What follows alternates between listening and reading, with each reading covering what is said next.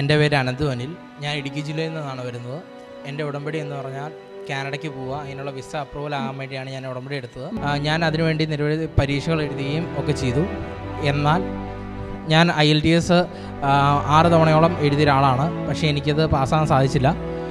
പിന്നീട് അതിനുശേഷം ഞാൻ ഒരു തവണ വിസയ്ക്ക് വെക്കാനായിട്ട് വിസയ്ക്ക് അപ്ലൈ ചെയ്യുകയും റിജക്ഷൻ ആകുകയും ചെയ്തു. അതിൻ്റെ ഒരു മാസത്തിന് ശേഷമാണ് എൻ്റെ ഒരു കൂട്ടുകാർ വഴി ഇവിടെ കൃപാസന അമ്മയുടെ കാര്യം അറിയുകയും ഞാനിവിടെ വരികയും ഉടമ്പടി എടുക്കുകയും ചെയ്തു. ഏകദേശം ഒരു മാസത്തിന് ശേഷം ഞാൻ വീണ്ടും വിസയ്ക്ക് അപ്ലൈ ചെയ്യുകയും എനിക്ക് അപ്രൂവൽ ആകുകയും ചെയ്തു. അതിനിടയിൽ സംഭവിച്ച കാര്യങ്ങളെല്ലാം വളരെ മോശകരമായിരുന്നു.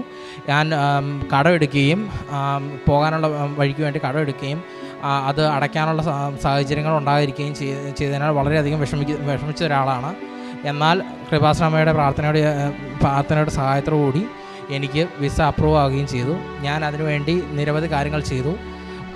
കൃപാസന പ്രാർത്ഥന എല്ലാ ദിവസവും കറക്റ്റ് സമയങ്ങളിൽ പ്രാർത്ഥിക്കുകയും പാവങ്ങളെ സഹായിക്കുകയും കൃപാസന പത്രം വിതരണം ചെയ്യുകയും ഒക്കെ ചെയ്തതുകൊണ്ട് തന്നെ ഞാൻ ബസ് സ്റ്റാൻഡുകളിലും നിരവധി സ്ഥലങ്ങളിലും പോയി, പ്രത്യേകിച്ച് പറയുകയാണെങ്കിൽ കാഞ്ഞിരപ്പള്ളി മുതലായ സ്ഥലങ്ങളിൽ ദൂര സ്ഥലങ്ങളിലൊക്കെ പോയി കൃപാസന പത്രം അവിടെ വിതരണം ചെയ്യുകയും പാവപ്പെട്ടവരെ ഒക്കെ സഹായിക്കാനുള്ള സാഹചര്യങ്ങൾ കിട്ടുമ്പോൾ സഹായിക്കുകയും ചെയ്ത് പിന്നീട് എനിക്ക് ഇന്ന് രാവിലെ ഏകദേശം 10 മണിയോടുകൂടി എൻ്റെ ആദ്യം ഞാൻ റിജക്റ്റ് ആയ അതേ ഡോക്യുമെൻ്റ് ആയിരുന്നു ഞാൻ പിന്നീട് ഒന്നുകൂടെ വെച്ചത്. ദൈവത്തിൻ്റെ സഹായത്തോടുകൂടി ഇന്ന് രാവിലെ 10 മണിയോടുകൂടി അതിൻ്റെ റിസൾട്ട് വരികയും എനിക്ക് വിസ അപ്രൂവ് ആകുകയും ചെയ്തു. എല്ലാത്തിനും കൃപാസന അമ്മയോട് ഞാൻ നന്ദി പറയുന്നു.